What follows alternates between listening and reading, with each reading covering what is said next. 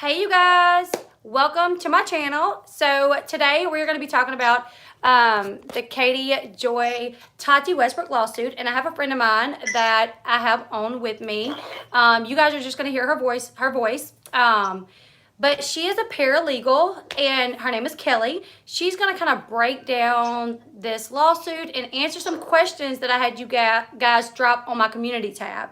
So Kelly, are you there? Can you guys hear me okay? Can you guys hear Kelly?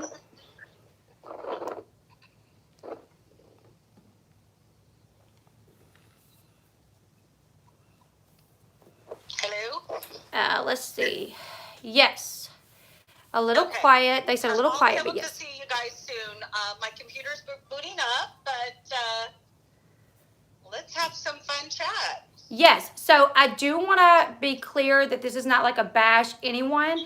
I'm not bashing Katie. We're not bashing Katie. We're not bashing Tati. You guys know, if you watch my channel, I've been a fan of Tati before I started my channel for years. And I've went back and forth on whether or not I was going to cover this, but I've decided to cover it, but only from the aspect of how this could play out and what could possibly happen in this lawsuit. Could Katie end up having to pay Tati millions, thousands of dollars? Could this lawsuit be thrown out? Because it is being said by Katie that her attorney said that this is like a frivolous lawsuit and they may countersue. And I don't know a lot about law, but Kelly does. So she is going to tell us what could happen concerning this lawsuit. Okay. So just like Leslie said, y'all, I'm trying to get my computer up so I can see your chat. I'm so sorry. I will be able to see it in a momento. But yes, I am a paralegal.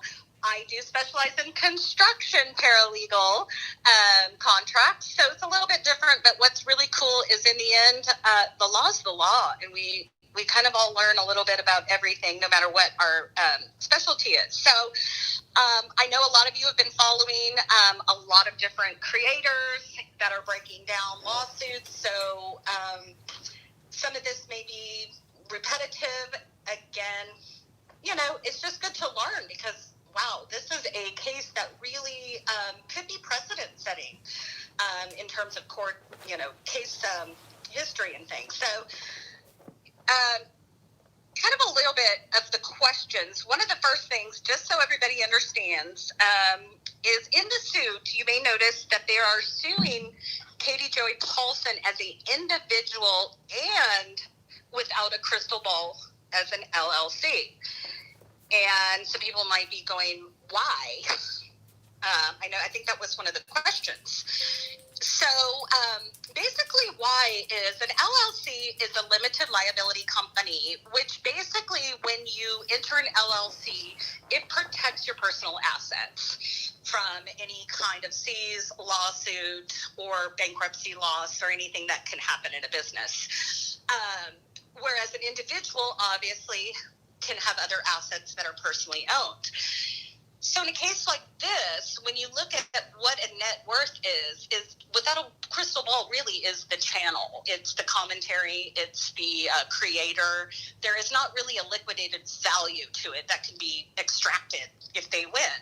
So by going as an individual, that could give them an opportunity to go seize assets such as real estate, savings, or other kind of monetary assets that Katie may be involved with. So that answers that.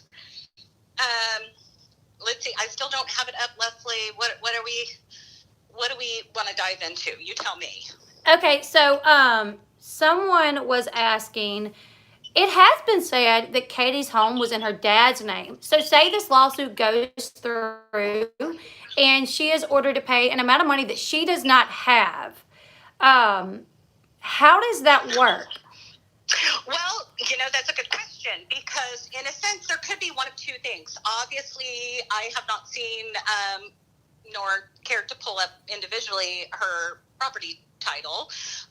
If she is a pseudo renter from property owned by her dad, hopefully something way before now, because if you start transferring assets, that looks a little sketchy. But if she does not have any personal assets, if there's no money, there's no money. I mean, that's just the fact of the matter. Somebody could go and, claim bankruptcy. Then they'll go and look for any assets they possibly can attach. They can go for future earnings. So they could put an attachment to any future earnings. Do y'all remember the murder of course you have to remember, of Nicole with O.J. Simpson? Yes. Okay. Ron, and I don't remember last names ever for some Brown. reason. Ron Brown. The boyfriend, they sued O.J. No. Now, he lived in the state of Florida, which in the state of Florida, your homestead, it's called, is protected from lawsuits. That's why a lot of very wealthy people own very nice homes in Florida, because no matter what happens to you in terms of a lawsuit, you cannot lose your home. So O.J.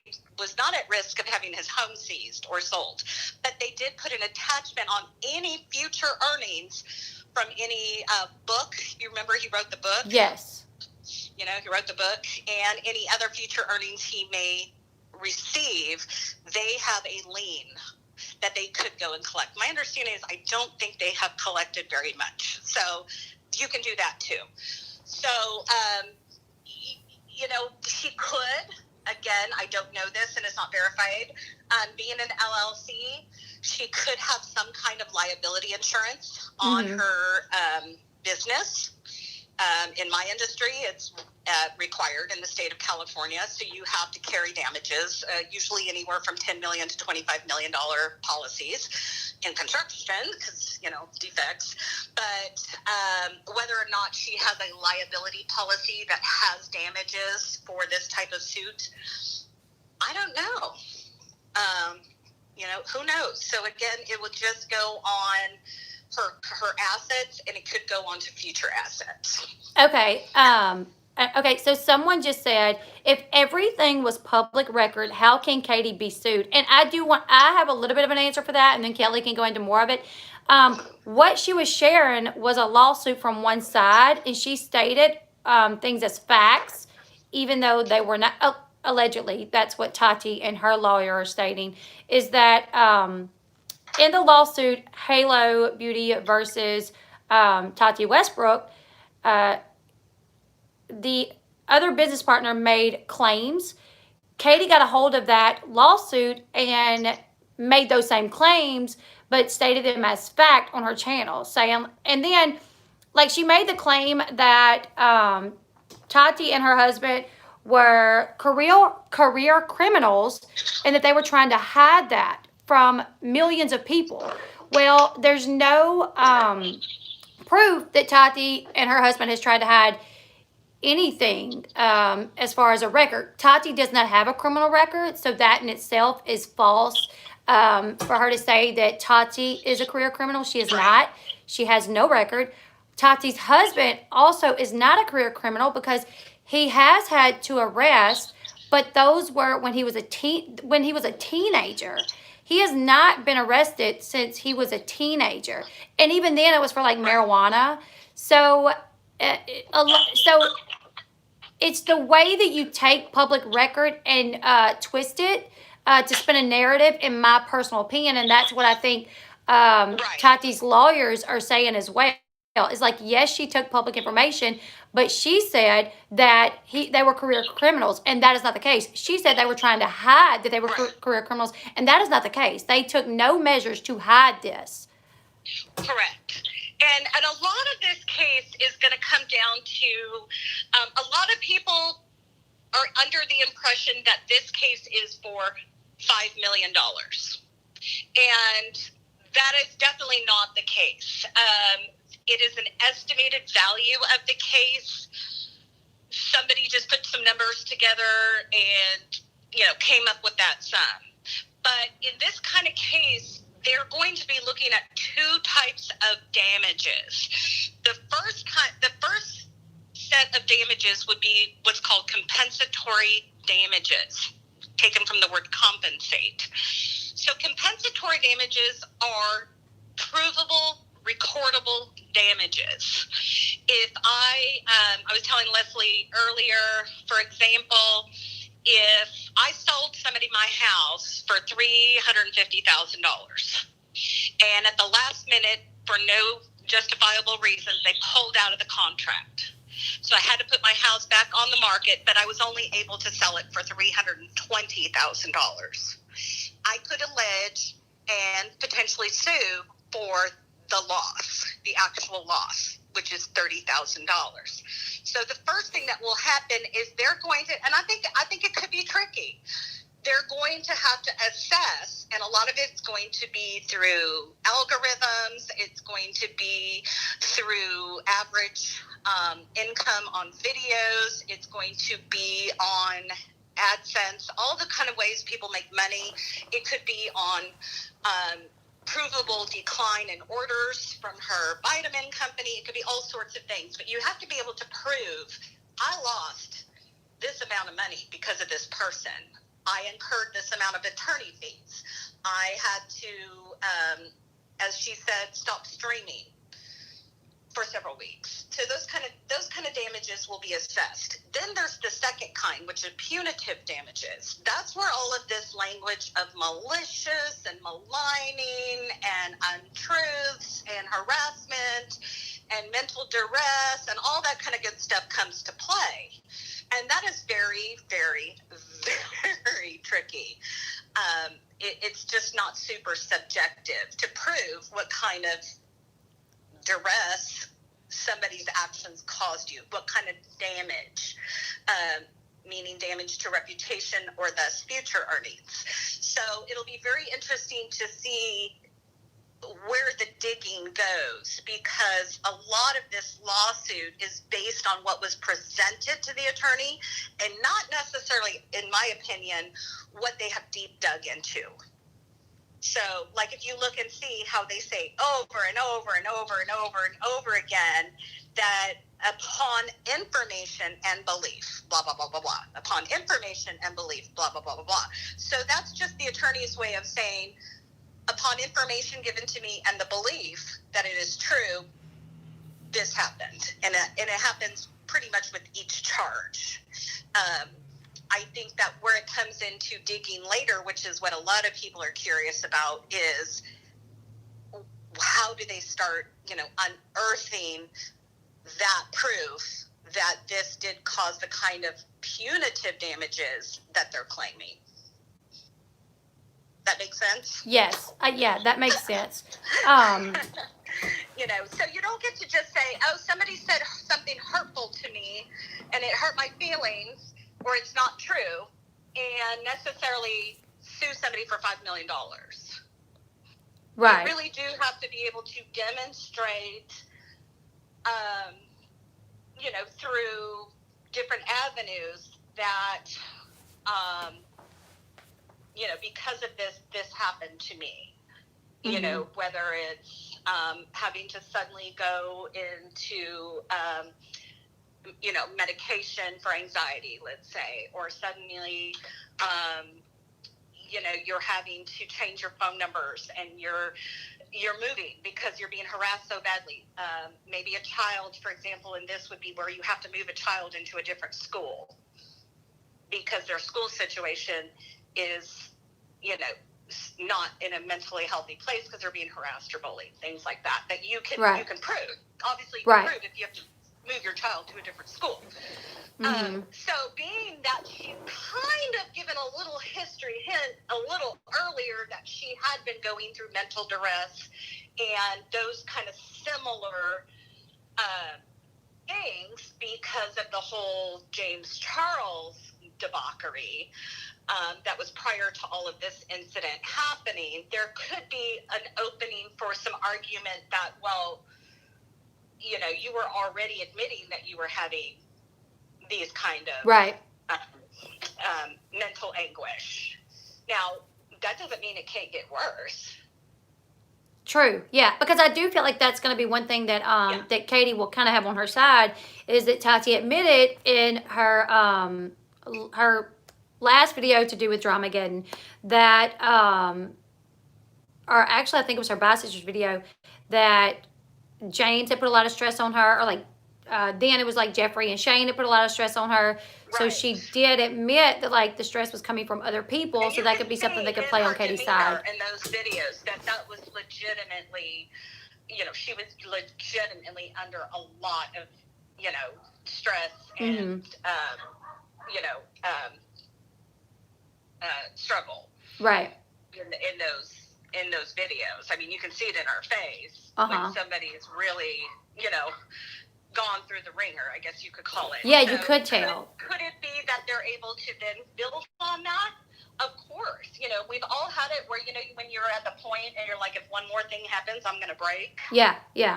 Definitely. I think a lot of us have been there. I think we've all been there where you're like, oh my God, if one more thing happens, I just don't know if I'm going to be able to, continue. Like, this is just too much on top of each other, one on top of the other. Absolutely not discrediting. That is another stressful situation when you're already going through. In some cases, there might be people who said that it made it worse. Right. That maybe she was dealing with getting through that original situation, and now this just piled on top of it, and we all have a breaking point. Right. And it wasn't even the fact, like, because one of the things that I've heard people say is other YouTubers better watch out, because if you cover Tati and you've covered this lawsuit that she has with her partner for Halo Beauty, then she could come after you. She may come after you if you are covering it. There we go. Right. So, I mean, again, that's going to get into, whether it's professional evaluations that she's had to, consult with under different kinds of duress, whether it's having to, rely on, going to a complete breakdown where she's talking about, I literally could not stream for 2 weeks, because of this. And then that goes back to the compensatory damages, where she could say, because I could not stream for 2 weeks, they're going to pull up those analyticals and say, okay, we see a pattern. Let's say there's a pattern that she for sure posts a new video twice a week. And they're going to take, going back to, I think, 5th grade math, I think we did this, they're going to take a mean. So they might say, like, okay, we have an average of X amount of views that generate X amount of dollars, and then divide that by the number, and they'll take an average, because nobody can predict. I'm sure you've been there. You might have a video that has 1,000 views, and then boom, you got a view that has 25,000 views. Right, yeah. We can't necessarily predict what didn't happen. Right. So that could go into, with her, one of her claims of not being able to do her job for 2 weeks. Now, people did. They'll see, did you go to the gym? Did you do this? Did you do that? Did you go out to lunch? I mean, were you functioning otherwise as a normal person? Right. That time period where you were supposedly so depressed and so under such mental anguish that you couldn't function. Right. And that came to the question that came frequently, that if you are okay, that we can switch to, is, so how do other people in the circles play into this? And different creators came up, mods, I'll just use the word yes, mods. That was one thing that I really wanted you to talk about, is mods being roped into this. Exactly. Well, if we go back to our page 1 of the complaint, you may notice that under the defendant, we left does 1 through 100. Now, I'm sure we've all seen the term John Doe or Jane Doe. Right. Want to make sure we're PC. John or Jane Doe or Doe, that is an unknown. Okay, that's an unidentifiable person. So what the attorneys are saying is, listen, we're not 100% sure there are not other people that are going to be added as defendants. And there's a difference between being added as a defendant and being subpoenaed for a deposition or an actual witness subpoena. Okay, so like, could her mods be subpoenaed for a deposition where they're called in and? Oh, absolutely. Just like if you want to go back to the non sequitur lawsuit, where the judge had presented to him conflicting notarized statements, which basically meant somebody's lying. Right, obviously. You can't have two notarized statements saying the same thing. Right. So somebody's lying. So the judge on his own, which remember everybody, in the end, the judge gets to do whatever the judge wants to do. The judge on his own in that particular case said, nope, I'm subpoenaing both of these parties who signed notarized statements, and we're going to get down to the truth. And so those people had to make an appearance. Now, depositions can do, when they're out of state like this, at least in California, is you can do a non-in-person deposition. Okay, especially with COVID right now too, but you'll still be subpoenaed to do it. With COVID and all that. Usually it's like you hire another law firm in that person's jurisdiction, and they show up to that law firm, and it's like done video conference style. Mm-hmm. So it's still an official deposition, but it's done remotely. Okay, it can be done like that, but sometimes no, they're going to be like, you are being subpoenaed to appear in this court on this date at this time. And being that there could be probability, whether it's with mods, whether it's with channels connected to the case that are similarly reporting information that likely came from this source, sure, there could be a absolute probability. At minimum, they will get subpoenaed. Okay, and one thing at maximum, right, and I think one of the reasons for that, and this is just my opinion, just thinking from like my experience with like my running with Katie, and I'm not junkie. Am I still frozen? I froze for a minute. That's funny. Nobody's paying Kelly. Kelly is just a friend of mine. So yeah, that has went over the lawsuit, and we were talking on the phone about it. She was like filling me in with a lot of information, knowing the legal side of things, and I thought, oh my God, this is just crazy. Like, people do not understand lawsuits. Like, just a regular person like myself, we don't understand lawsuits. Like, we all thought she was being sued for $5 million. Like, we was like, what? If she wins this, she's gonna bankrupt Katie, but that's really not the case. So talking to someone that knows the legal side of things really helps us to understand. I'm not paying Kelly. She's just done this out of the goodness of her heart. But I do think, to touch back on like the mods being called in, Tati's lawyer talked about trolls. Katie admitting to having troll accounts herself and admitting to having trolls. Like in a video that she done about Jilly Juice, she said, I have trolls and they know they're trolls and they love being my little trolls and I love my trolls. They get all this information from me. Like, she blatantly said that she has trolls, but this wasn't a video related to Jilly Juice, not Tati. Could they use that to show that Katie does? Well, think of it this way. A lot of us have probably seen murder for hire cases, correct? Not claiming this is anything like murder, but I'm just using it as an example. So you have the person hiring the hitman and the hitman, correct? Right. Okay, so, but they both equally can be charged. Okay, the conspirer and the actual, killer have equal culpability. They've done lots of stings where women think they're hiring somebody to kill their loved ones, and it turns out that's an undercover cop or or that person goes to the cops and says, hey, you know, and they set them up to get the actual murder for hire.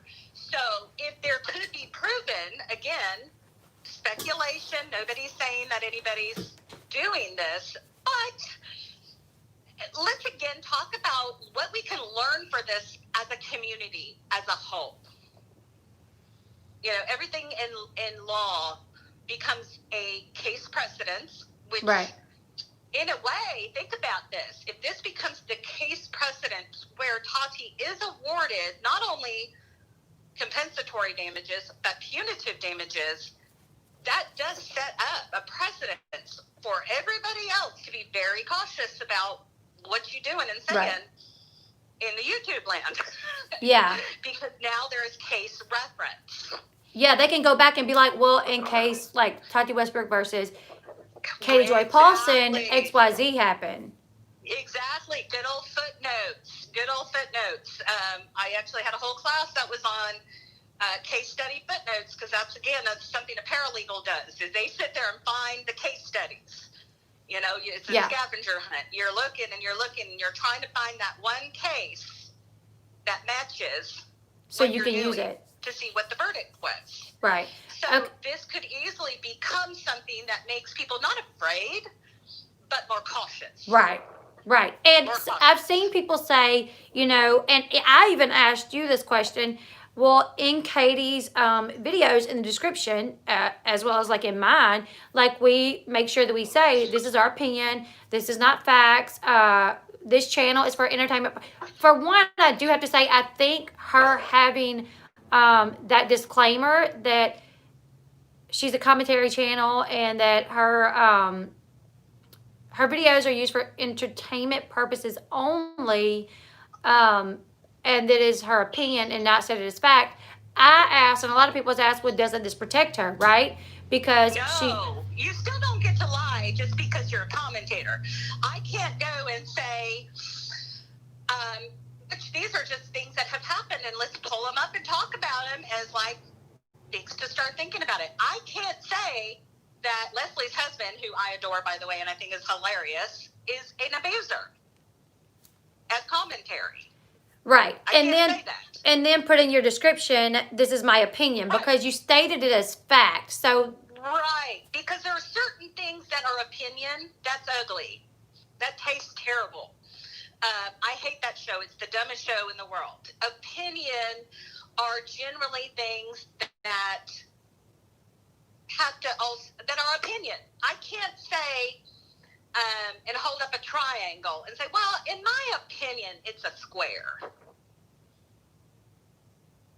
Because that's just, you know, logic. We have to use the law is about logic. And what is to say, my favorite Legally Blonde movie, where the law is free from passion. Remember, the professor says that in the beginning of class, and it's just basically saying the law is not emotional. Right. Okay, the law is it is very concrete. But while it is, and if everything was black and white, it would be a lot easier. We do have to then go into that interpretive law, where somebody's going to have to make a decision. Was this with malice, intention? Was this strictly to harass, malign, and discredit this person? Now, I would personally, in my opinion, say, well, when somebody's, you know, making 20, 30, 40 videos, each getting a little bit more aggressive about the same person. Yeah. You know, that's a little odd. Well, that even violates YouTube's terms of service, actually, because I've looked into that myself. If a channel focuses on one person over and over and over, and they do several videos, which would be like more than average, and if they focus mainly on one person, that is considered harassment. And really, you can have a channel taken down for that. In Katie's defense, we see a lot of that going towards her. Mm-hmm. You know, there are a multitude Yeah. of people who their content is discrediting and talking about Katie. Yeah. That's and true. What's interesting, and I think this is my own head sometimes thinking of scenarios, is to me that could also be an advantage for the prosecution, because what happens is Katie is so much more ahead of in this tea community. I don't think there's many other creators that have as many people that they're just literally can't stand her. So then what happens is her commentary becomes their commentary. You know what I mean? So now they're talking about this case, and we're all reading it. I've got my, you can't see me, but I've got my, printout and scribbles and notes all over, her case. And those other channels may not be talking about this case if it wasn't for her. So it kind of almost creates a trickle effect, which kind of gets into this whole thing with a lot of people were asking about the order to cease what they're calling destroying evidence, which basically in this situation means delete. And there is an order to not interfere with, the discovery that the attorney still probably needed to do, to be honest. I don't think they had gone through half probably of everything they want to go through in terms of Twitter. You got Twitter, you got Instagram, you've got YouTube, you've got DMs, you've got all sorts of stuff to go through. And so by deleting, that is actually contempt of court. Right. And can't she be put in jail for that? Can't you be put in jail for contempt of court? I mean, just curious. Again, it's all on a judge. When you're in contempt of court, which basically means you're violating something the judge told you, stop it. And it's kind of like, not to go backwards, but I notice in this community, everybody loves the word cease and desist. Yes. Everybody's got one. Everybody's doing one, and everybody thinks it's such a big word. But really, a cease and desist, which, by the way, does not have to be issued by a lawyer. Right. You can just be yourself. And it's basically a letter saying, listen, stop it. Okay? I'm asking you nicely on these grounds, but you are warning. Stop it. Now, I have to imagine that these kind of things are thrown around a lot. Mm-hmm. And some of them have absolutely no legitimacy. There might be creators who are naive and think they do and get scared and just stop. And that's good.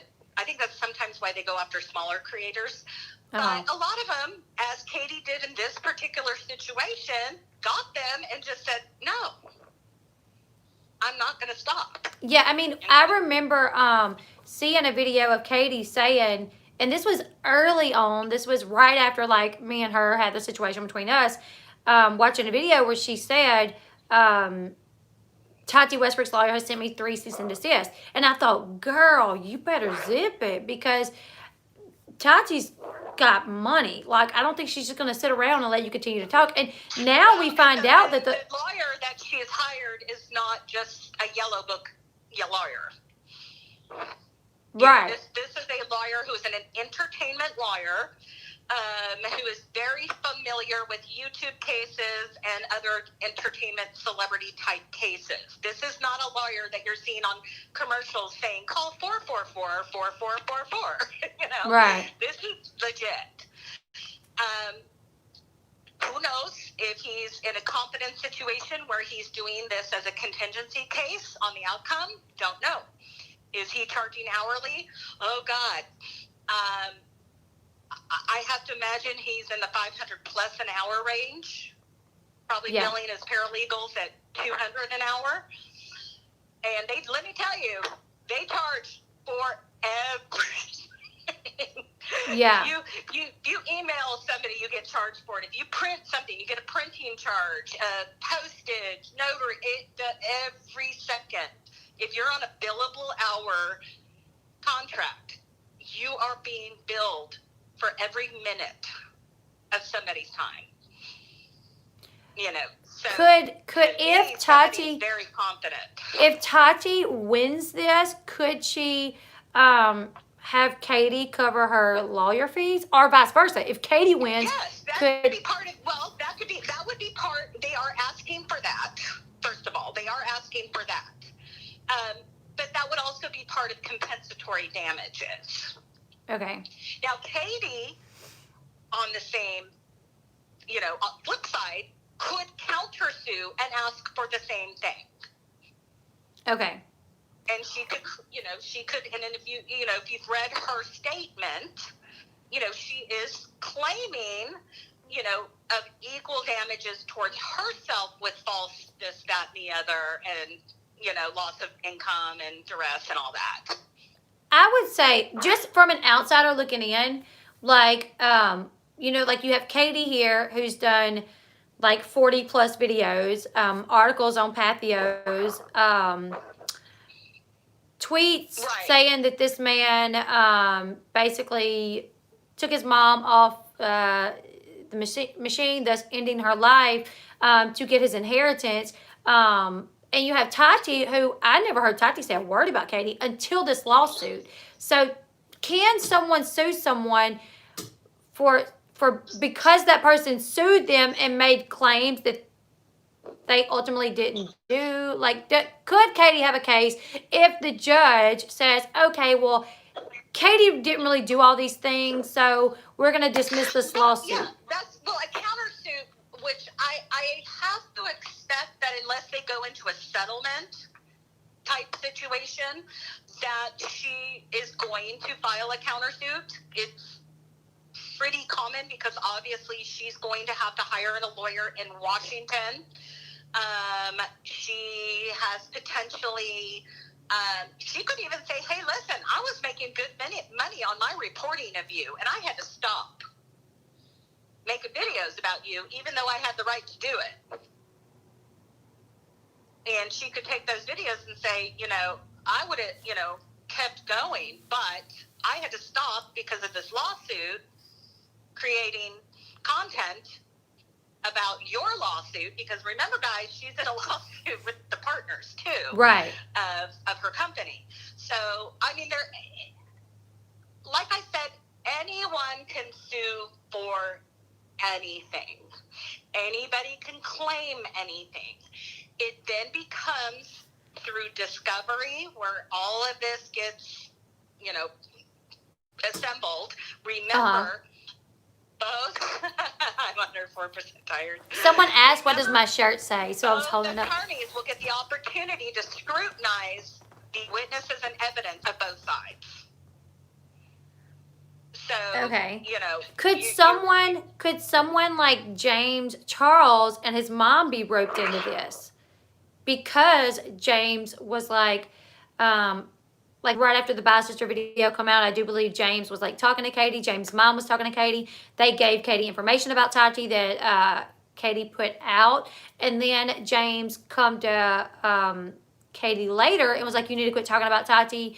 Like, I'm just like, for your best interest, quit talking about Tati. Like, could they be brought into this? I mean, either side could subpoena or deposition those people.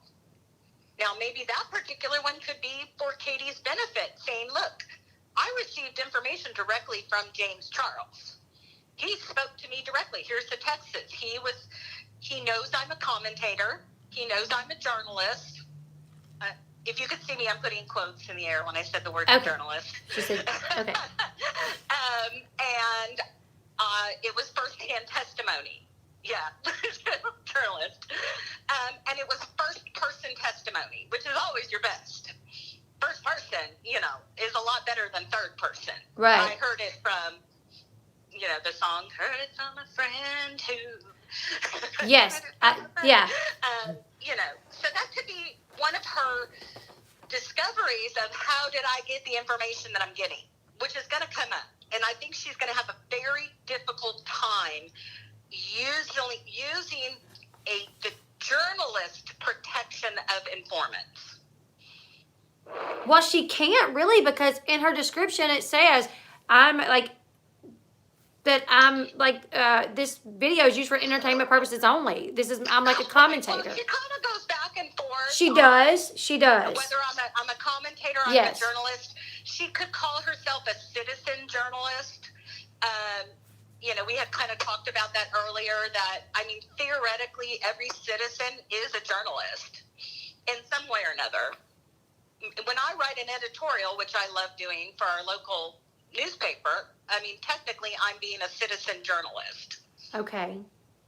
But that doesn't necessarily mean I'm going to end up with the same protections as like a real journalist, I guess you would say. Right. There are certain journalists that even in those cases, there are journalists who are ordered by the court to reveal sources.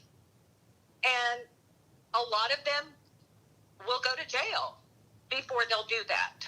Hold up. Okay, we're going to bring it back a little bit. Okay, a lot of people speculate, and based off of a video that Katie done herself, where she said that a source told her there would be a lawsuit, and that she even said the source is in business holds a percentage of the business. Sorry guys, I'm not saying this exact, but in one of her videos, she did say, like, a source told me there's going to be a lawsuit. A source owns a percentage of the business, and he's doing X, Y, Z. So she basically outed her source. It was the business partner. There's only 3 people that hold the rights of the business, that being Tati, her husband, and Clark Swanson guy. So it was obviously him. So she's going to get subpoenaed to reveal her sources. She's going to have to. Or we suspect it was him. We suspect it was him. In my opinion, I think it's him, and that's based off things that she said. It's based on the evidence that it is a probability that there is a direct connection because of the timing of a lot of things. Right. And based off like what she said in the video, that the source, because there's a video out there where she says, like, her source is has something to do with the business part of it. So unless it's so to me it made me believe she could be ordered, perhaps, or deposition. I think she definitely will. Or, you don't have to testify against yourself. So it's not necessarily saying if she made the decision to say, let's say, testify in her own hearing. You do not have to do that. You're protected from self-incrimination.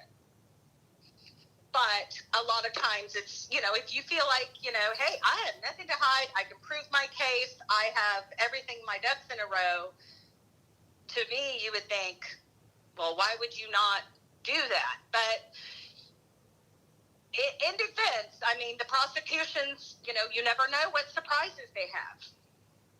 Right. So I'd probably prefer not to testify against myself, not knowing what I'm up against. Right. I definitely wouldn't want to testify against myself. But no. I believe, and would it be your belief, that they are absolutely gonna make Katie out her source? And if she doesn't, what could be the consequences of refusing to out her source? Oh, absolutely. They're going to. Or they're going to try to, I have to imagine they're going to put the pieces together if they are able to obtain what they want, which is obviously text messages, DMs, other ways people communicate, these emails. I'm trying to think of all the different ways people talk nowadays. If they can find a consistency in a certain, they can go to somebody's phone records, and just by looking at how many times you've done, they'll start calling phone numbers. And this could even if they see like, oh my gosh, she has texted the same number 107 times in a week, there is a chance they may want to know who that person is. Okay. And even though it's just a phone number. Could they possibly confiscate her computer? Oh, well, they can. They can try. Nobody can, so when it comes to evidence, you have the evidence that you procure on your own through your own investigation, which are going to be, I'm sure they've already downloaded the videos. They've probably already downloaded a significant amount of Twitter, but I think Twitter becomes a bigger scavenger hunt because they're also going to be looking for, replied tweets. They're going to be looking for shared tweets. Oh my They're gosh. going to be looking for a lot of stuff when it comes to Twitter. I personally think Twitter is going to be maybe even worse for her than the videos, because that's where she made the comments like about his mom. That's where Right. she talked about a lot of things and stated them as facts. And I don't know that she has any type of disclaimer on her Twitter. And then the fact that she has so many followers that could have shared that. And then it's what all of this systemically is looking for in an algorithm is, one is, that's how they can first of all tell right away. They can go to the page. We all know, it's no secret, if you have videos up and they're generating views, or you have tweets up, all of that's there. They're going to know, okay, this video was taken down. A lot of people were wondering, well, it is not illegal, by the way, for her to privatize or even take down videos. What she can't do is destroy it. so If that makes sense. where the lawyer shared a screenshot where it says delete it, delete it, delete it. I'm assuming she actually deleted those videos, but I'm also assuming that the lawyer had every one of those videos downloaded, copied. Well, I think that part of the problem, and now you might know better than me because I don't, is if you delete a video, I think a lot of what they're looking at, not just the video, but they're also looking at the commentary, the comments. Uh-huh. Now, that's something that would be considered removing evidence if you delete comments, or if by deleting a video, it cannot be retrieved in full. Like if you take down a video and then decide, I'm going to put it back up, would all the comments still be there? No, Yeah. well, Because that's just as important to establishing, not just, because what you're trying to establish is, yes, so-and-so said this about me, and look at the effect it's having on other people. right. Thank you for the super chat, Jay. For somebody to say, you're a bad mother. But if it then goes to the fact that, then it influences, a bigger and wider circle, Mm-hmm. That's what they're looking for. Are they looking for people directly saying, for example, oh man, I was going to buy those vitamins, but I'm not going to now. Right. Well, I have to say, I've seen people say that. Or used to, something like, I used to really like her until this. This is terrible. Mm-hmm. And I've seen they comments. are looking to see the engagement. Right. And the fact that engagement is really what defaming something in that type of industry is, because your income is determined on your consumer. Mm-hmm. It's not enough if somebody says something about you, even if it hurt your feelings or is just plain out ridiculous. It still has to affect you in your consumer, in a public business, because now, y'all are public figures, not just everyday folks like the rest of us. Yeah. So I think that the problem with the taking down videos isn't the videos, because I'm pretty sure they probably already logged those. Yeah. But they need the log of the chats. Right. And the comments. Yeah. Well, that's the thing is my question is, I'm positive the lawyers had those videos recorded. They have them. They're not going to lose them just because Katie took them down. I wonder if they went so far as to somehow. And probably some paralegal got to watch them all. Yeah, that's what. Yeah, that's what you were saying. That the paralegal was the one that probably had to go through all of those videos. Spent their day watching Katie Joy videos. Yeah, which I imagine was fun for them. To be on that side of things, because they're like, oh wow, we could use this, we could use this, we could use this. Yeah. But because then they have to start fact checking, because really what it's coming down to is you know, to prove malicious, intentional defaming somebody is, so they're going to, let's say they take the video like you were talking about and saying that she reported he, you know, maliciously had his mother taken off life support, is, you know, then they take that and they're going to have to go and research, you know, to show that this is, you know, deliberately not true. But they're also going to need to find the sources. Right. And I don't think there's no way you could prove that he deliberately done that. I mean, I don't know what person would deliberately do that to his mom anyways. I feel like what happened, just my personal opinion, is Katie saw, first off, somebody told Katie to look for a lawsuit in Hawaii. She didn't just know that. Somebody told her that. This business partner was a good friend with Katie's husband, from like they had been friends for years, and he became their business partner, and then they disagreed on certain things and he filed this lawsuit. So obviously, to me, it makes sense that he is the source, and he was the one that was like, look, he was sued years ago by his sister in Hawaii. So you need to go there and look for that. And I think she got that lawsuit, and she seen what the sister stated.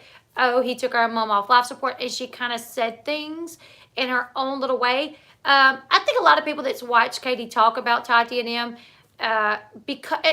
just because of the way Katie says things, like there's a video floating around out there where Katie says, I know there's something funky going on with Tati and her family. I don't know what it is yet. I've been digging for 2 days. I've looked up birth certificates. I can't find her birth certificate. I've looked at marriage license. I can't find that her dad had a job. And that to me is on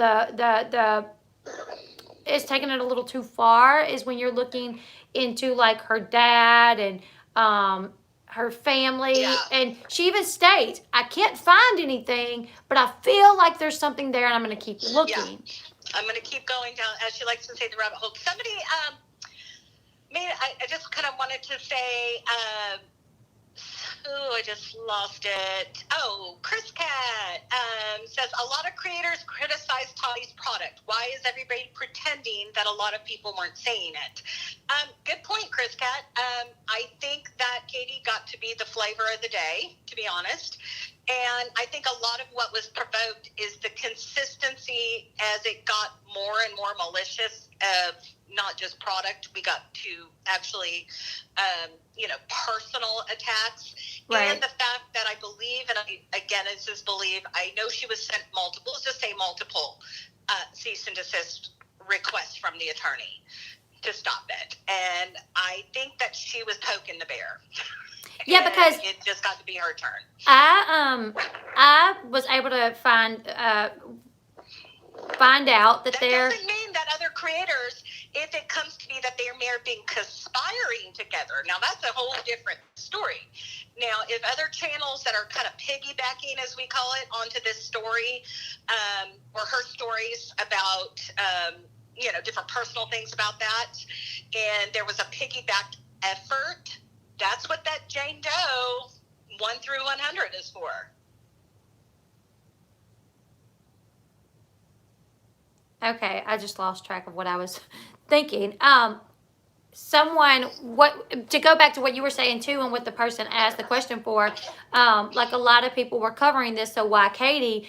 My personal opinion, and I've seen someone else point this out, is that a lot of people have talked about this lawsuit that was filed against Tati. Even like E! News has talked about it. Yeah. And exactly. there's plenty of other YouTubers that have talked about it, and there's even a YouTuber that has way more subscribers than Katie that has been talking about it. But I think they are talking about it in a way to where they are not stating things as facts. They're saying like, okay, this is what's in the lawsuit. This is what Swanson Right. Clark is alleging. But Katie is saying Right. this is what it is. Like she's stating what Swanson Clark stated in the lawsuit as fact, and I think that's probably one of the issues. Another issue is the digging into the family, saying that he basically killed his mom to get the inheritance. And I watched deliberately trolling and harassment. They've got a lot about harassment. They've got a lot about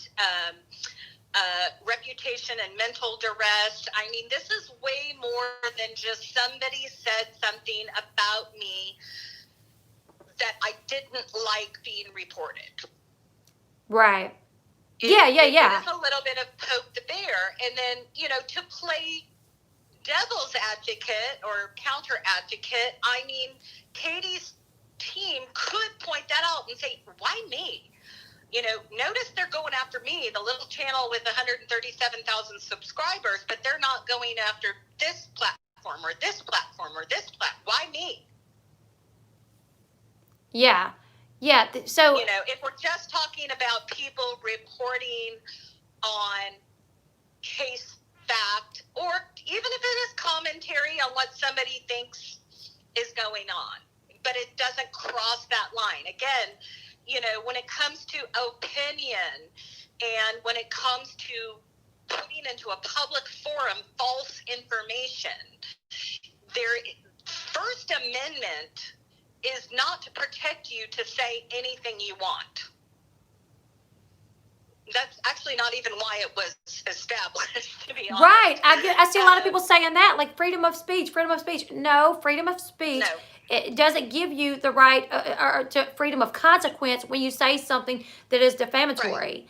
So you can't just go. And unfortunately, they've had to have really stupid cases where they've had to literally define by law that you know, for example, if you yell fire in a, let's say, movie theater or school, and you yell fire and get people panicked, and or how about these days, if you were to say, oh my God, there's gunshots, and there's not.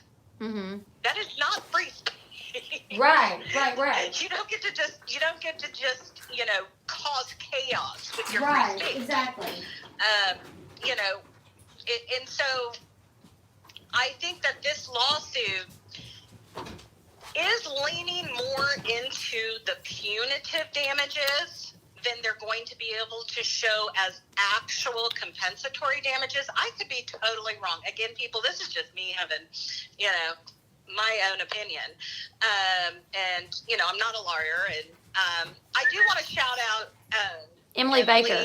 Yes, Emily. I just found her actually 2 days ago, so I'm not caught up on her content. She is a lawyer, and she covers it very well. Practicing in Nashville, Tennessee, originally from my home state, or not my home state, but where I live now, and so, which is somewhere else. But she does a great breakdown, and a lot of it, she's kind of echoing what most people know is this: the filing of a lawsuit is so the beginning. It is so the beginning, because it really unfolds in the buildup of discovery, of evidence, of depositions, of subpoenas, of gathering all that together to get to this actual trial in front of a jury and judge, which again is what they've asked for, and how all of that unplays to the jury's sympathy, and then ultimately in the end a judge can still overrule a jury. Oh, so like if a jury says like, okay, we find her guilty of what Tati's lawyer says that she done, and we think that Tati should be awarded blank amount of money, could a judge could say, well, no, I don't agree with you, and I'm going to dismiss this case? Yes. Okay, wow. or ask for a retrial, or they, because sometimes, let's face it, even in the best of circumstances, a judge versus the jury are people like you and me. Okay, we're citizens. We're supposed to be impartial. We are supposed to be familiar. So don't worry, anybody. Leslie Bass and I will not be on the jury. We will not be on the jury. We would be, for example, very quickly thanked and excused. Yeah, definitely. Probably all y'all chatting today will not be on the jury because we have prejudice. Yeah. But it's supposed to be all of those things. But regardless, juries, in a judge's opinion, get it wrong, or they oversentence. Clearly. Sometimes they overcompensate. And a jury could come back and say, you know what? Oh my word, this poor woman, we're going to award her $30 million because this was just crazy. Outrageous. I mean, which they could. Yeah. And then she would basically go bankrupt. Like, in the event that something like that happened, which, that would be kind of out there. But in the event that something like that happened, she would basically go bankrupt. Like, they could put a judgment against her revenue on YouTube, right? Couldn't they? Like, couldn't they garnish her wages on YouTube? Yes. I mean, in my opinion, I think that if, again, and I am speaking in prejudice because I've only seen Katie's statement, of course, and I've only seen the 35-page lawsuit. But in my opinion, I could see where at minimum that they could recoup the funds that she received on the videos. They could also have an injunction to have them permanently removed from there on. Because I think in the end, they would rather have the videos gone than to to get click views. Yeah. I mean, they're not going to want to they want it to be done. Yeah. So, I mean, it could be a settlement of, you drew this much money from the 40 videos. Uh-huh. And we want that money, and then we want them permanently removed. Yeah. Well, somebody, I've seen people say, like, why didn't Tati have these videos removed through YouTube? Like, why didn't she strike them, do like a community guideline strike because Katie was violating TOS? It's my personal belief that she did not do that on purpose because they were building their case. At this point, that could be on Katie's. That could be something beneficial to Katie because, again, every judge likes to see people try to work it out. Right. Or to avoid the courts. So we've got the fact that there has been numerous cease and desists issued. So we have that. Now, if they could also show that they had attempted to report as slanderous, I can't remember all the different things with YouTube that are not allowed, hateful or, whatever it would fall under. And YouTube either did nothing, A, or B, said, I'm sorry you feel this way, but in our opinion, this falls within the standards of YouTube, which could be good for Katie. But it's not YouTube's job to vet things either. Right. Yeah, they don't vet things unless they get. Truth be told, you have to file a report, and a lot of times they still don't vet it. They get this report. They get that you filed a report, and they tell you, okay, we need exact timestamps from when this person done what you said they done on this video, and then you have to send in the timestamps, and then they'll review it. Like, they don't just review it. Right. Now, not knowing their terms of standards or TOS, going back to when you said, wouldn't this have been considered more of the perpetuation of complete harassment? When again, 1, 2 videos, okay, but every day, sometimes twice a day, that's a little much. But then again, in defense of Katie, look at all the channels that literally dedicate their life and breath to strictly, Katie Joy T. Uh-huh. And I have to assume she has attempted to report those. Mm-hmm. And for whatever reasons the terms of YouTube are, they have not deemed that as harassment. So maybe their lines are a little bit bigger than, we realize. Yeah.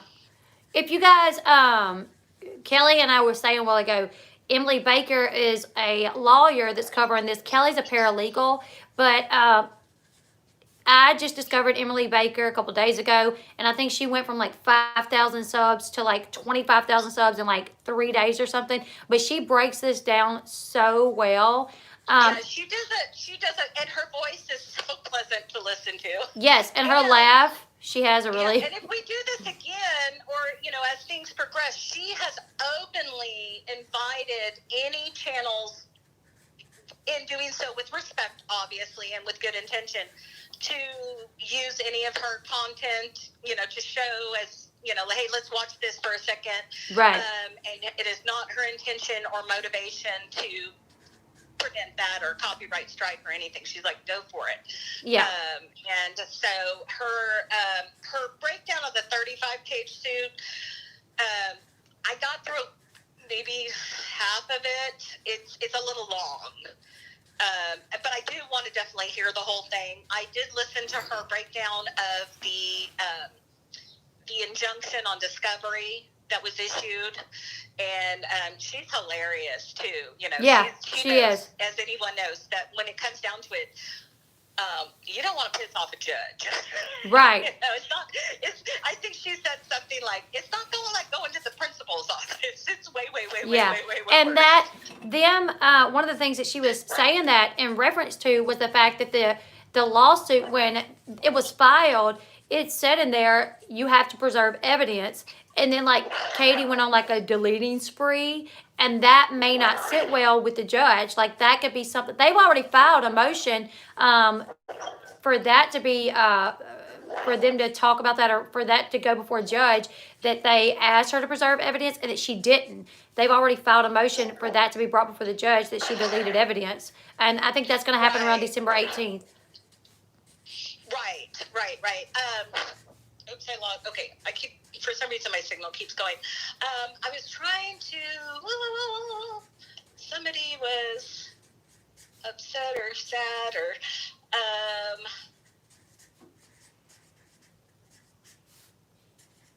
Chris Cat, I heard her recording, and I know Katie only sent cease and desist to just retract that statement. She is not suing her. Okay, I don't know who her is. Yeah, I'm not sure. I read that too. I wasn't sure. It's kind of hard to keep up with the chat. Yeah, I'm so sorry. Oh, Sherelle's World. Okay. Oh, Sherelle's World. Okay, yeah, I don't know. I don't think there's been any lawsuits there. Again, what's mind-blowing about this little case, which, really in the end could end up being a little case, is it could set a foundation for a lot. Yeah, absolutely. I think, in a good way, because I think that as this platform becomes more, accessible to everyday people like you and me, and not necessarily trained journalists or commentary people and stuff like that, is we do have to remember that first of all, the internet's forever. Right. Internet's forever. And that we do need to be cautious about, saying the things like, hey, this is how I interpret it. This is in my opinion. This hasn't been proven to me. I just got this information. Little tiny words like that. Who knows? Could have possibly saved Katie. You think? And I said possibly. Oh, okay. Gotcha. But more of an effort of saying, listen, I received this. I'm assuming it's true, is getting more cautious about saying, I'm assuming that this person knows what they're talking about. I did my best to verify, you know, without Yeah. literally, you know, driving to another state or wherever she's getting this stuff. But I think it is a lesson on, you know, when we're just doing commentary, maybe, you know, not to get over paranoid, but definitely when you're reporting from other sites and gathering information that you receive as a DM or somebody saying, hey, I heard that blank. You know, and I'll just say it. Like, for example, a rumor floating, I heard that Katie's lawyer quit. Okay. Yeah. I do not know that. I have not seen that. I have not had any kind of retraction that I can find that says he's recused himself from being her attorney. So I would just be cautious in making sure people say, like, no, we don't know. That's just floating out there. Let's see. Uni. A lot of people talking about uni. Yes. Uni. I'm gonna guess that we should do like a what is it called? A lottery, like, you know, like a prediction board or something, like play a little prize game or something. To see if Uni gets brung into this? I am going to guess that he is summoned for a deposition. You think? Uh-huh. I'm gonna guess. It's very coincidental that whenever she has something, if you watch parallels, and we could even go back to, you know, things we don't want to talk about, but, you know, your situation over a year ago that won't go away. He has a way of kind of piggybacking on what's going on with her when she's not able to talk about it freely. Mm-hmm. You know You're what I right. mean? Like whether it was Non sequitur. the non sequitur, Yeah.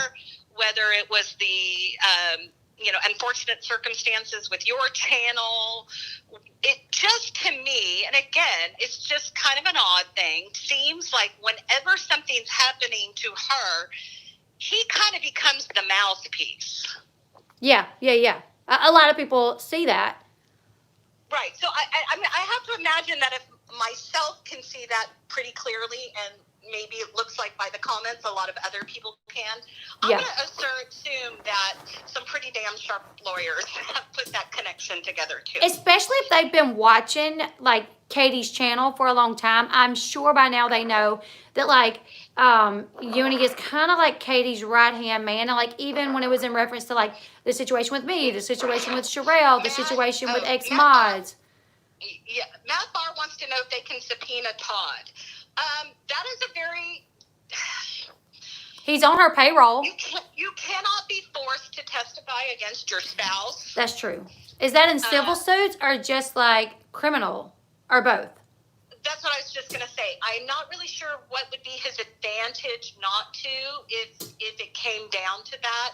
But private conversations between a husband and wife are very much treated just like as it would be with your psychiatrist, your priest, your whoever, that your lawyer, you know, where you have protected confidential conversation. So Gotcha. He could, depending on who now if her lawyer wants him to and feels like he could be prepared and as an asset, then I would think that he would, and it would be voluntarily.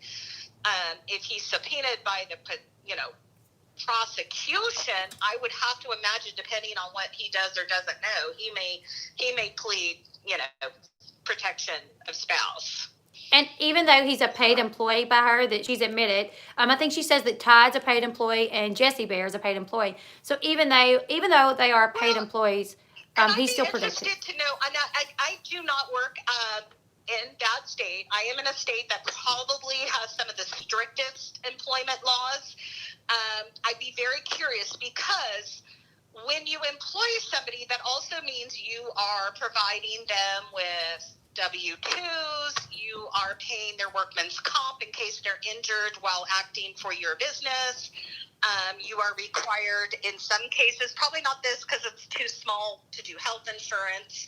I think you have to have over 25 employees for that. But there are a lot of things that you have to do in order to employ somebody. So it'd be interesting to see like I employ myself Right. in my husband's company because I do all the contracts. But I pay myself as an employee because I want to generate Social Security. Because otherwise, I could technically just do it for free as a wife, but then I would lose a chunk of preparing for retirement, and it's a write-off. So maybe she is employing him, and they, are valid. Now, if he's an independent contractor, I don't know about her state and my state, that is becoming very, very sketchy and very difficult. Yeah. They want, I don't know if, they want everybody to be an employee. They don't want independent contractors. So the rules of engagement to be an independent contractor in my state are very strict. I mean, you have to have ABC, and I don't believe that Jessie Bear would qualify as an independent contractor. Yeah, because probably what's just happening is she's probably just paying them money through Cash App or something to be a mod or to be her manager. Like, it's probably not any, formal. We all think that, it's like nannies, babysitters, people doing odd jobs. Everybody thinks that's just no big deal until something happens. Let's say somebody gets hurt while they're, working in your home. Or, let's say all of a sudden something is happening to one of the mods directly, related to this job. And it gets discovered by the labor board. I don't know about her state. My state, it's not good. If the labor board finds out you're paying somebody cash, you're in big trouble. Right. And usually it's because something happens. And all of a sudden they're like, well, what do you mean you don't have workman's comp? What do you mean you don't have unemployment? How you been paid? Yeah. And then the employer is in big trouble. Right. With the labor board. So hopefully she is legitimately, just because you want somebody to be an independent contractor, well, Fairy Dust did, she could get a 1099. That is an independent contractor, but I don't believe, from what I know of what she does and what her rules are and the setup with her and Katie, I do not believe she's an independent contractor. Because one of the biggest rules of independent contractors, you cannot prevent an independent contractor from doing business with whoever they want. Right. If that makes sense. I do my husband's contracts, but I also have many, many other subcontractors that I do their liens and their certified payroll, and I do all that for them. My husband can't say, oh, no. You can only work for me. That makes me an employee. And if I understand correctly, I think that there is some agreements, we'll call them, that it is an exclusive relationship that cannot be taken to anything else. Like, she couldn't come to your mod. Right. And once you restrict somebody's ability to work, then you're an employee. So, right. Is this Emily? I don't know. Apple, I don't know who Emily is, but no, I'm not Emily. Emily Baker. She's asking if you're Emily. Oh, I'm not. I wish I was. I'd like to move to Nashville and be her paralegal. If she's listening, I actually would like to move to Tennessee. I would love to talk to her. Like, watching her is so entertaining. I did. I sent her a text saying she needs to call you. Yeah, I would love to talk to her. Someone asked earlier. I think that it would be an interesting conversation as things develop, and as more conversation happens to what happens when somebody causes direct defamation to somebody. Yeah. And I really would love to learn more about YouTube, because boy, it seems like they don't have consistent guidelines on. No. What is harassment? What is reporting? False, No, they don't watch for harassment. Like, and I've reported people for harassment. And I'm going to be clear. I do not just report people just because I don't like what they got to say. Plenty of people have made videos about me, and I didn't like what they had to say. But it was not against TOS. But I have reported channels that are violating TOS, and I've made sure that they are violating TOS, Right. and nothing really happens. So it's very hard so here to. it goes. If you want to go in a rabbit hole, is what is interesting is could YouTube, if they're not consistent with their own terms of service, and people are continuously being harassed or defamed from a video, and YouTube refuses to take it down, so it's still out there for the world to see, are they as equally liable as the creator?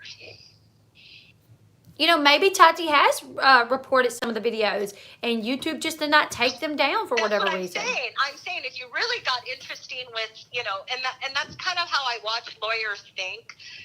We have what's called a war room when a case is going on, and a war room is really a war room, and it's essentially, I can't show you because I'm on my phone. I kind of have a mock-up in my own office, but basically it's like a whole wall that's a dry erase, like the whole wall. And like when you see on TV where they've got the circle and the down and this and up and, the different players putting together these pieces, that's real. That happens.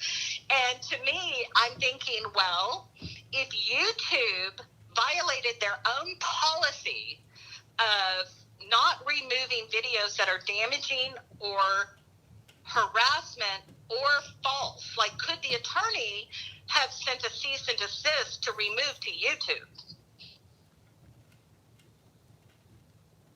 instead of Katie? That would be interesting if that was the case. Yeah. Yeah. You know, lawyers listening, and I just gave them an idea. I want 10%. You know what else I would be interested to find out is, okay, so Katie, we all know that like when you are a YouTuber, you have mods and they kind of come and go. But for some reason, Katie has had a lot of turnover when it comes to moderators. And usually when she loses a moderator, now I've had this happen to me, so I'm not saying that this is always true, but a lot of times those moderators speak out against the YouTuber, and that's happened a lot in regards to Katie. Could it be possible that like Tati's lawyers connect with her ex-mods to find out what they know, and if anything, if they were there during the time that Katie was like really going hard at Katie about the vitamins? Because that was during like early on in her YouTube career when she was still like writing for Pathios. She was really going hard for the vitamins, saying they're not FDA approved, snake oil. I'm going through her family. Katie made the comment on one of her videos that I knew to be false because I watched Tati a lot. Katie said, I was looking at Tati's family's Facebooks, and it's almost like Tati doesn't exist to them. They have no pictures of Tati on their page, so I don't think they have a relationship. Well, I knew that to be false because if you watch Tati, she has twin sisters that come on her channel a lot. But back then, I would be interested in to see if her lawyers could possibly, if they would contact the mods that she had during that time to find out what was going on in the little inner circle with her and the moderators when she was really going hard on Katie concerning the vitamins. Right. Yeah, exactly. And let me see. Oh, I got to put my glasses on. American Princess's vitamins do not have to be FDA approved according to the FDA. Right. Which is absolutely true. What the hell is Katie, excuse me, HELL, is Katie Joy talking about? And again, I mean, common slang might be like the word snake oil, insinuating, whether or not that could be personal opinion, her saying they don't work, they're just pushing snake oil, whatever you want to call it. Whether or not that could be defamatory against her business versus her factually saying they are lying, these things are made of, like there was times where people were making placebo things that were literally nothing more than sugar or sulfate or not anything, but selling it as a remedy. Mm-hmm. That's kind of how the words, snake oils and stuff came into effect, is, I don't know if she's insinuating that, they're not even anything that will do anything.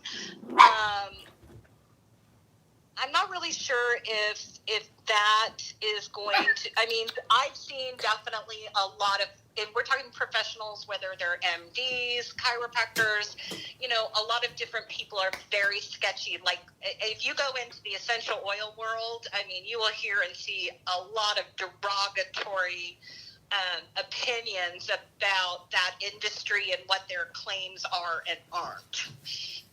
About using, for example, essential oils. So I'm not really sure if that's going to be a heavy duty legit. They would have to really correlate, like literally her statement, and then be able to show a spike down in revenue of orders from what they were, achieving up to that exact point. Comments and shares would be big. They've got people saying, oh, I was going to order that, but I'm not going to order that now. Yes. They have screenshots of that. Right. So that somebody literally based on what could be an opinion, again, a consumer good is really hard to define opinion, and at least the way I see it, to define opinion versus fact. Whether it's something about, what was it? There was, at one point, there was a lot of stories going on about McDonald's and something about, like, their chicken nuggets. Their chicken nuggets. Yes. The chicken nugget gate. I remember that. You just leave them on the counter for 6 years, and they just stayed that way, and, this, that, and the other. Yeah. Now, imagine if McDonald's went after every single person that was out there saying, which is probably true. They probably were byproducts and all sorts of garbage. Mm-hmm. But I really do think this goes back to, this isn't so much about, I think if Katie had stopped or pulled back when the final, whatever, second, third, fourth cease and desist came, but as it got more and more vicious, it kind of showed a pattern that each time that happened, it got a little daggery. Yeah. Each video got worse. Yeah. Like, I'm going to take you down.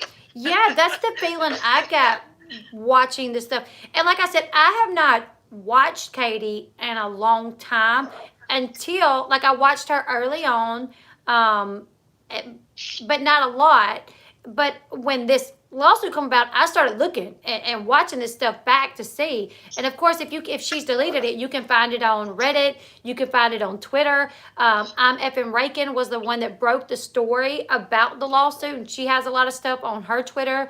There's several accounts out there that have a lot of this information. And just from watching it, I got the feeling it was more of a I don't like you, so I'm going to take you down. And I had a question that I want. To me, if when it gets to the nitty gritty and of the defaming comments, when you read them, especially all together, and let's just assume that it's true.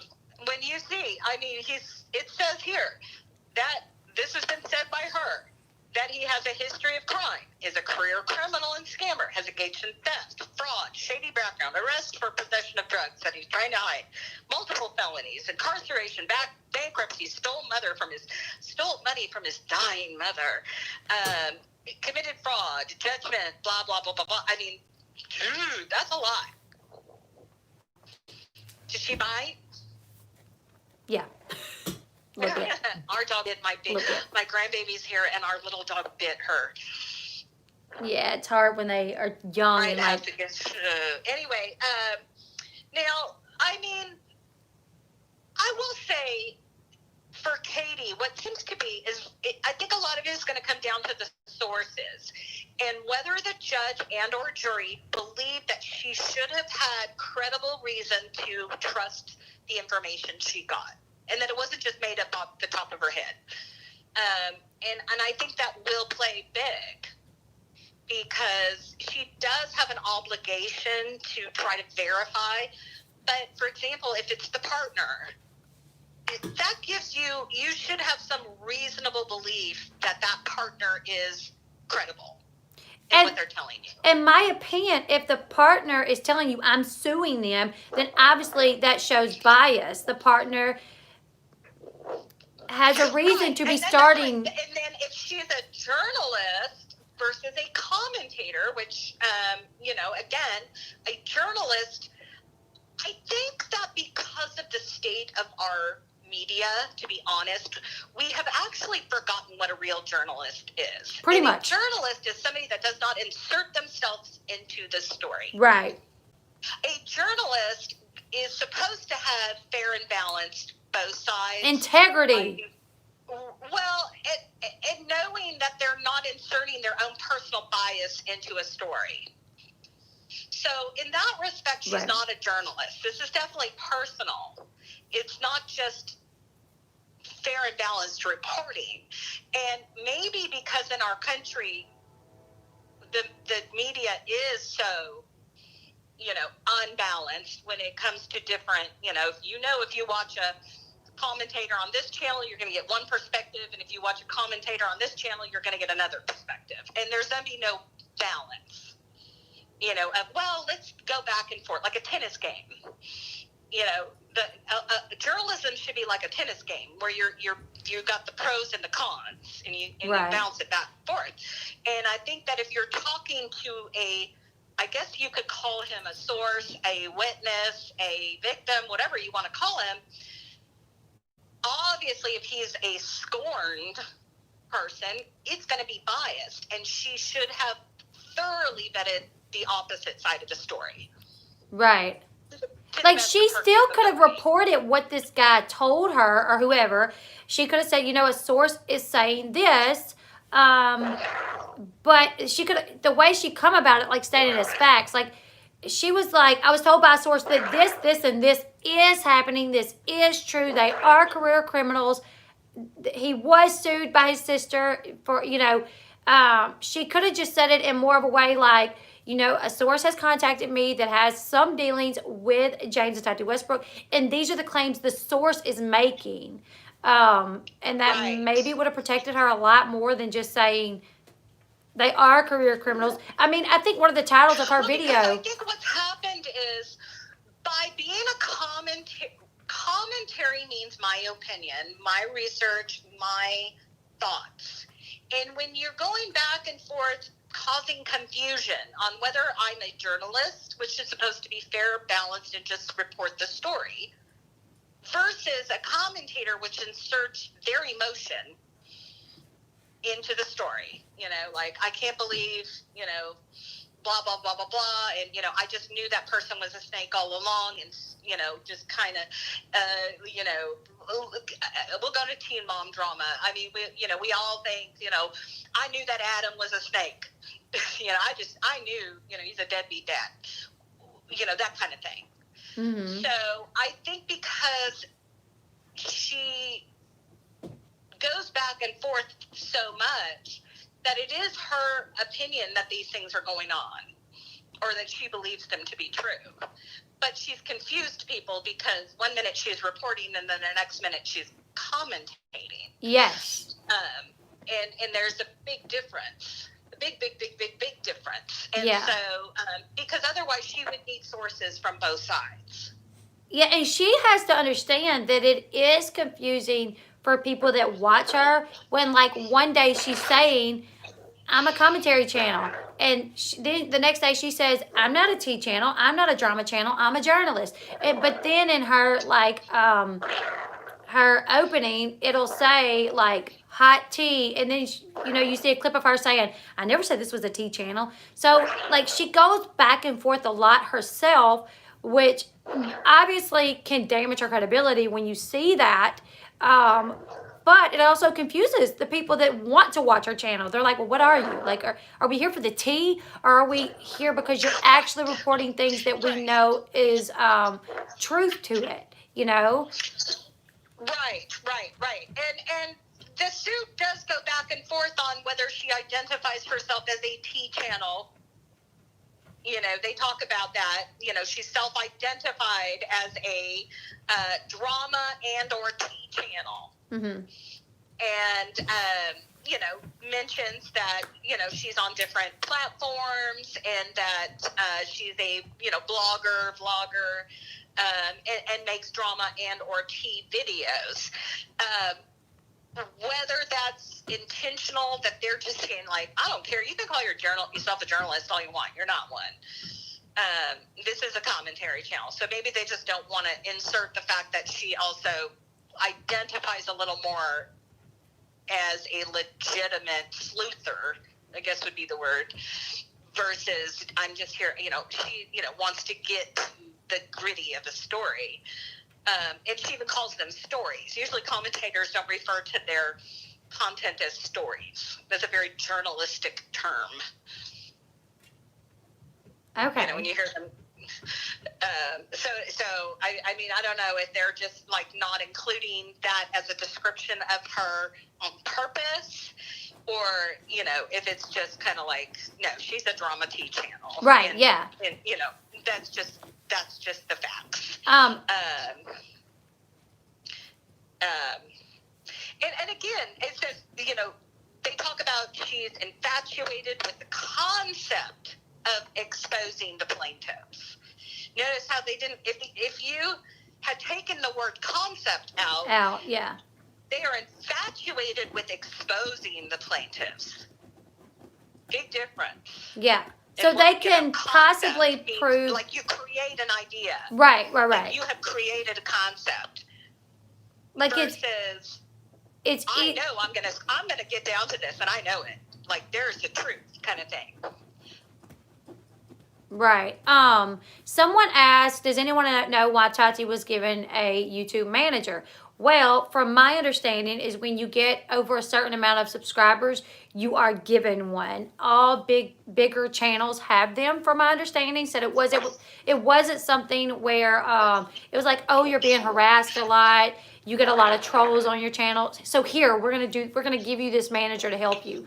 From my understanding, if you get over 100K subscribers, you get a manager. There was something else that...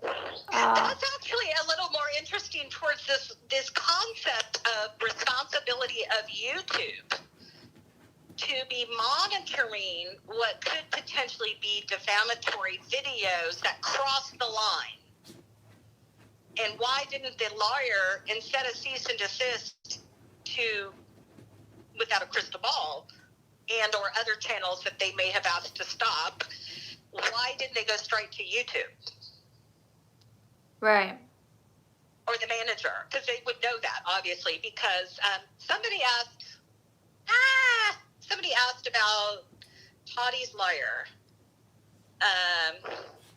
Anyway, Tati's lawyer is a very well-known, very prestigious entertainment lawyer, and has handled not only celebrity entertainment type cases, but actually is linked to some apparently largest revenue YouTube channel in 2019. So we could only speculate. We're all this is from Emily, because she did the homework. Yes. That possibly could be Ryan's toy review. The Ryan toy review, because he was the largest grossing YouTube channel in 2019. But again, but let's just face it, if it's in the top, that's pretty big. And I do know there was some litigation with the Ryan's toy review channel and YouTube. So this isn't a guy who's just, on TV saying, call 444, right. 4444 for, yeah. For, what is it? They call them ambulance chasers. Yeah. This is a guy who knows what he's doing. He's got quite the resume. About yeah. Him being on Twitter and on, of course he's on Twitter and the channels. That's where he's gathered. That's the source of this case. And the thing is are going to be stupid and engage with him and pretend he's fake. Yeah, I saw one person say like, oh, shame on you for pretending to be a lawyer, and like, I know. And I was like, no. I find the tweet. Emily talked about it again. Emily Baker, Yeah. lawyer that doesn't take, I can't remember her legit, S-H-I-T, something like that. Legit, S-H-I-T. Get legit, like get legit, yeah. Get legit. She says the S-H-I-T. cursey words. She has a We're gonna get her. We're gonna get her. yeah, I want to talk to her. I really like her.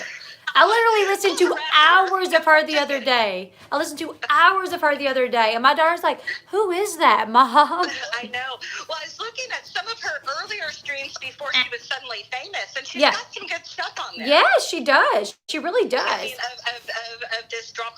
I did ask her if she could do, because I'm very curious about the trademark or trade secret lawsuit between Kylie Jenner and her manufacturer.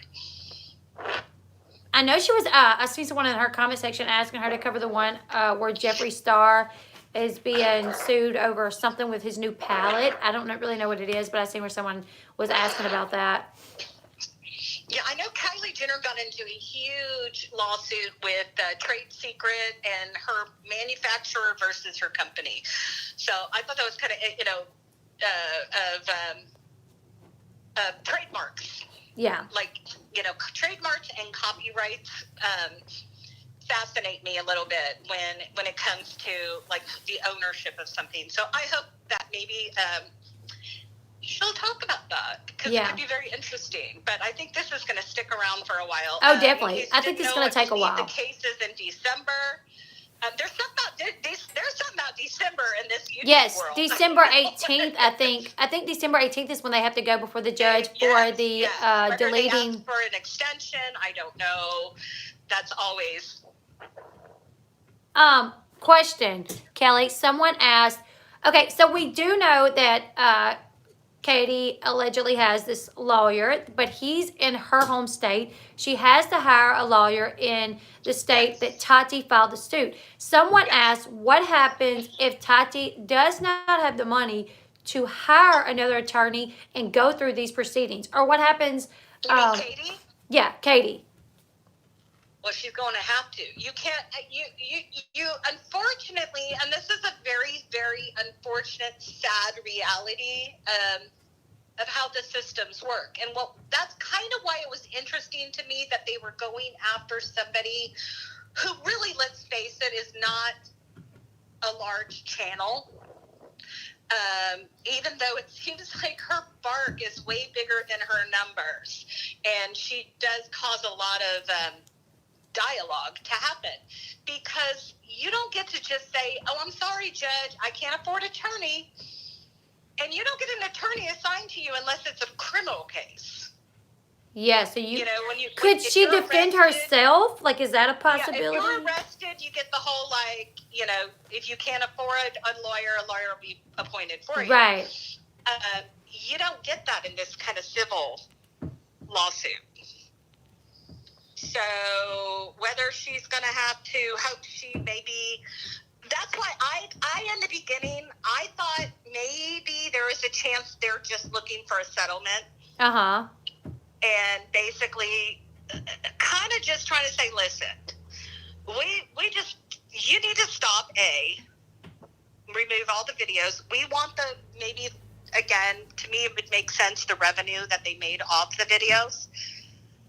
Potentially, I mean, at this point, the lawyer has put a lot of effort into this. Somebody paid for it, whether it's Tati's, the Halo company, or the lawyer's doing it as a contingency on the case.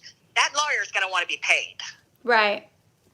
And usually, if you choose to settle a case, the lawyer can then, if they have it set up, or let's say they said, this is contingent on a judgment of at least $3 million or more. Otherwise, you're going to pay my billable hours, whichever one is greater. So they may have something set up to say, well, if this goes to settlement, then I want my billable hours back. It just depends on what they set up. I mean, a lawyer can, they can do pro bono, which is free. Right. They can charge it, Is that like common they're- in a civil suit like this? Is that common to do pro bono? Well, it's not like a small claims court where you just represent yourself. I mean, you can. Okay. I mean, she could represent herself and try to be confident enough in the ability to put together the information she needs. But it's not like small claims court, which in most states, my state, it's under $20,000 is all you can do in small claims. So it's not like it's small claims where neither party can have an attorney. You have to just each go in individually. Arbitration, I don't know. I didn't see anything offering arbitration at this point. I didn't either. It looks like they want a trial. Yeah, that's what I seen them ask for, was they wanted a trial. I'm gonna have to wrap this up, you guys, because I'm gonna have to get ready to go get the kids in just a little bit. But this was fun, and I think this was very informative. So because the lessons we've all learned today is disclose when something's your opinion, and don't say something that can bite you in the butt. Right. Can Tati request that Katie's channel be removed as part of the settlement? I guess they can request anything, right? That's an interesting thing. I would wonder if YouTube's TOS could come into play, because to me, again, if it didn't voluntarily, because I think then you would have to you'd be asking to take over the channel. That could be, though, part of a settlement. Fine. I don't think Katie's going to do that, though. No, I don't think she would either. That's her main source of income at this point, and right. That could be something they see as like, hey, if you take down your channel, if you agree to never mention my client or their holdings or company ever again, blah blah blah blah, will go away. But I don't think that she's going to go. No. And again, let's all remember, we're seeing the plaintiff's claims. We're seeing the plaintiff's claims. The defense is certainly not going to be advertising what they're accumulating in terms of witnesses or statements they have or resources that she used to come up with these kind of statements that were made in the different videos. They'll have to let the plaintiffs know at trial, like, here's our list of people that we're going to subpoena. They have the right to that, but we won't, as the YouTube world, know. Man, to be a fly on the wall. Well, there is a chance. In fact, darn it, I was supposed to watch a trial today at 9 a.m., but this was way more fun. It could be that it's streamed live. We'll have to find out. And if it's streamed live, could anybody join? My Superior Court is live streaming cases. Because of COVID, we can't go to the courtrooms.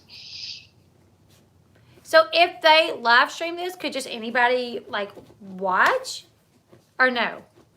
Yeah. I can, yeah. Well, I can't show you my phone. I'd show you how I pull it up in my Superior Court.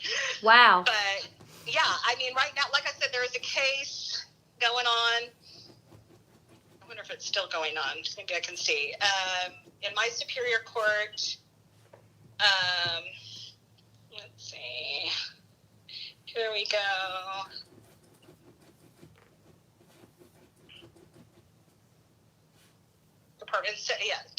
Basically Department 17, Sacramento, they actually, my Superior Court has a YouTube channel they're utilizing as their way to stream because it's all open to the public. So it's not like they have to do Zoom or something like that. Yeah. That's interesting. It's not linking. Maybe because I'm on the phone.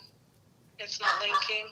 But anyway, yeah. So it just depends. But yeah, we had a case that, it wasn't a case I was on, but it was when I was really working on hard where we sued our governor for overreach of executive authority during COVID because he's basically lost his mind. And we won.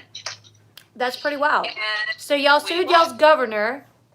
And y'all won. Yes, through our assemblyman, we got him to be the one to represent the case on behalf of the citizens of my state.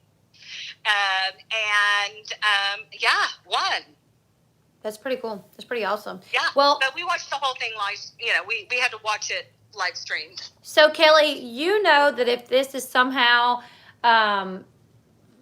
viewed through video, there will be a way where we can access that. I don't know that. We'll have to find out with the state of Washington if this is it should be. I don't see anything in it that should be a closed hearing, personally. But again, every state is very different in how they're handling their cases.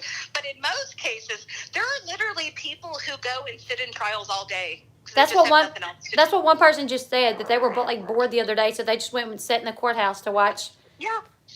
Yeah, I actually used to do that a lot when I was younger in school.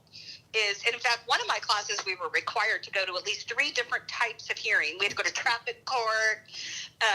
We had to go to civil court. And I think I sat in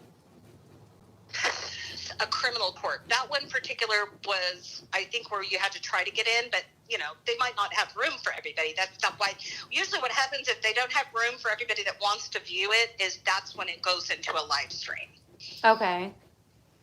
So if the state of Washington Superior Court is in that same situation, absolutely. I believe, I don't remember whose channel it was.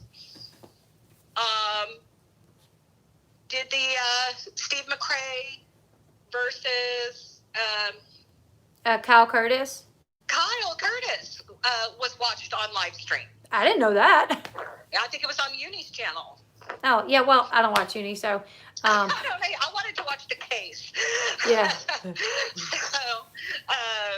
commentary aside, I wanted to watch the case. Yeah, and I think it was actually one of his mods had pulled it up. Oh, wow, okay. Yeah, it was I think he was having trouble interlinking it, and if I remember correctly, the mod was then just holding up his phone. Had gotten it through his phone. Well, let me tell you, if we are able to access when this goes to court, trial, whatever, I will do everything in my being to access that so we can watch it live. There's nothing wrong with that. I may get a little hate for that, but it's open to the public, so I would not be doing anything wrong by doing that. And I think everybody would want to watch that. Like, even the people that would be like, that's wrong of you. Really, when it comes down to it, they would be dying to be a fly on the wall in that courtroom anyways. Again, and I really do feel this way. I mean, I don't watch, but I did very early on, but, over a year ago. I don't watch Katie's commentary. I don't think we would be personal friends, just because we really think differently, if you know what I mean. Yeah.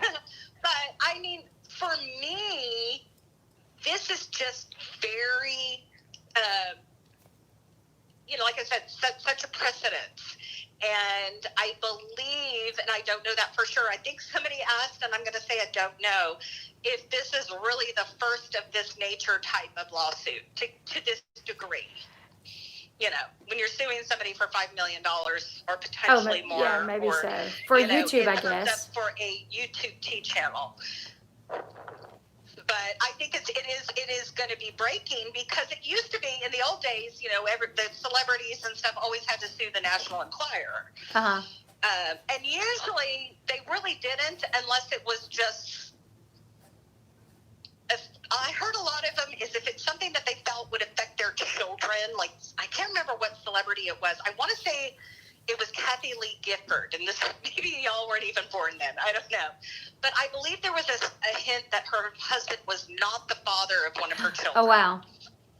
And she just felt like, no, you are not going to have that kind of crap out there for my kids to someday potentially, see or question, is that my I'd be dad? mad about that as well. And she did too. And she kind of said, listen, I can take the heat, but don't you dare lie about something that could affect my children's safety or well-being. So, is that cross the line? Could they sue every 5 minutes? Of course. And these guys always find that middle. But then I read something about these rag magazines, they used to be called, that they really do find that itty bitty middle line where they just enough stay out of trouble. They just push it to the limit, basically. Well, they just find they use that extra word or that extra something where it becomes commentary, or how they can pick a photo and make it look like they're implying something that it's not. Mm-hmm. Yes, somebody's talking about the after Princess Diana's death, Charles had suddenly gotten really big into suing media. He never cared before, but he was really protective of his voice. Anyway, so I could go on and on and on, but the day must go on. We'll have to do it again because I feel like we still have so much to talk about, and I think everybody's interested in this, and there's still so many questions to be answered. I saw that TT said something about this is going to cost Katie a fortune, paying her lawyer to travel to Washington. And not only that, she's going to have to hire a lawyer in Washington, and then her lawyer, and the next step to me that'll be interesting is once she drafts her response to the lawsuit. Like her official response, not an email, but an official response. Will be the countersuit. Okay. Yes. So that's the next thing we're going to wait on pins needles, right? Right. To see, because that's going to say a lot, because then that could bounce back where suddenly Tati's liars look at that, whatever she's going to claim, and say, okay, I'm just telling you, depending on, this could go really well for us, this could go break even for us, or this could go very badly. So they're going to kind of take into account what she is countering and what she's going to, whether she adds compensatory. Of course, she's going to add compensatory damages. That's a given. She's going to have to spend a fortune on an attorney, travel, all of that. The second part would be now if she also now is going to say, this whole lawsuit was a lie against me, and look what you've done to me. I've had to restrict my videos. I've had to take down my Twitter for 3 days just to recap myself. I blah, blah, blah, blah, blah. But I hope that she soon makes sure she's in good counsel, that she's following, that she's not deleting, and, keeps her, nose clean until that happens. Yeah. And we'll see. And then the next would be, I guess after that is if a case goes forward and they don't reach a settlement, is then the next exciting part will be who gets subpoenaed. And that's going to be very interesting. Ex-mods, current mods. Right. All of a sudden you're going to lose all your mods, Leslie. They're going to be scared. None of my mods are, I literally have the best mods, I do have to say. Right, I know. You do. Yeah. But, that's going to be very interesting to see who is brought into discovery. Again, I'm going to put my card on Unirock and Jessie Bear. That's crazy. Unirock and Jessie Bear could be called into this. That is pretty wild.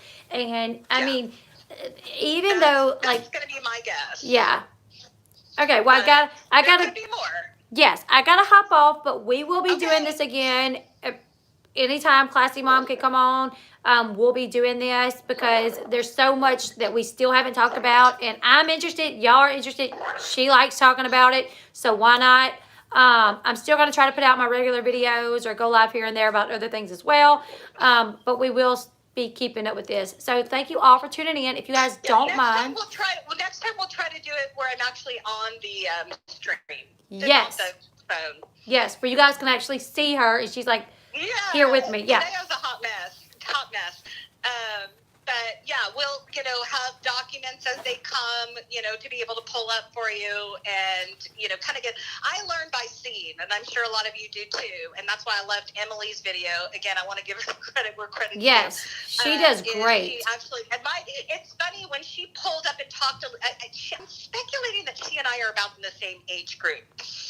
Because she talked a lot about loving highlighters and color, and that's how I work too. I was telling Leslie, I was showing her my office, and I literally have hard records of all of my cases because I like to highlight and I like to write notes, and I like that physical contact with the paper.